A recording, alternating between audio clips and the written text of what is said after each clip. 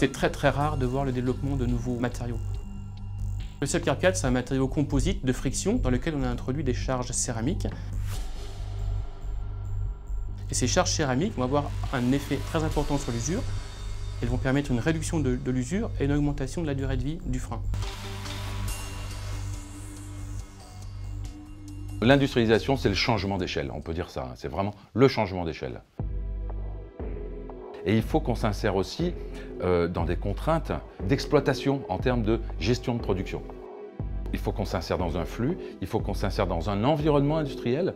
Et cette étape supplémentaire ne devait pas apporter une charge supplémentaire pour les opérateurs. Donc on a tout fait pour avoir un équipement avec le moins d'intervention possible.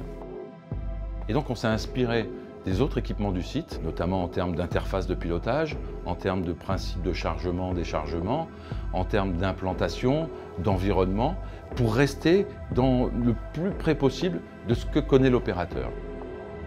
Au niveau laboratoire, à petite échelle, le Self-Care 4 était produit dans 2 équipements séparés. Une cuve qui permettait le traitement et une étuve qui permettait de sécher le disque après le traitement. Imaginez une éponge, vous mettez une éponge dans l'eau, elle s'imbibe d'eau, voilà. Et puis après, il faut la sécher, vous la mettez dans votre four et vous la faites sécher. Mais ce procédé-là obligeait les opérateurs à manipuler les disques, ça nous obligeait à avoir 2 équipements, ça ralentissait le flux, on avait besoin de plus d'espace, c'était un peu plus compliqué. Au niveau industriel, on a pensé à un moyen intégré qui permettait de réaliser l'imprégnation et le séchage. On appelle cette installation une imprégnatrice étuve. Imaginez donc de mettre en même temps dans votre four une bassine d'eau. Ça paraît un peu compliqué. Et c'est ça qui est innovant. Et aujourd'hui, on a un équipement unique au monde.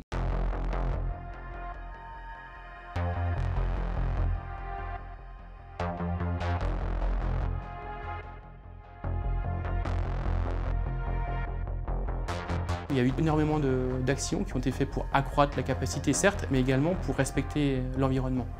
Le process a été modifié pour réduire la consommation d'azote.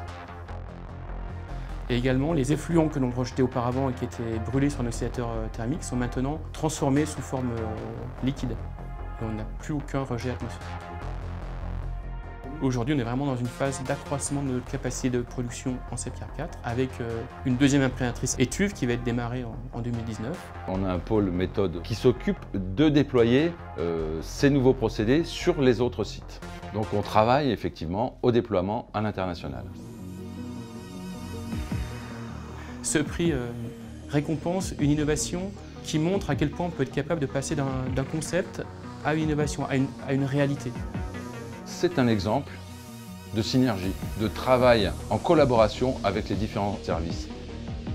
Le principal enseignement, je pense, de ce projet, c'est qu'il est très important que les équipes industrialisation travaillent en amont avec les équipes R&T. Le travail d'équipe, le travail en synergie, ça paye. Et au final, tout le monde a le sentiment d'avoir fait quelque chose d'important pour le site et pour l'avenir de Safran.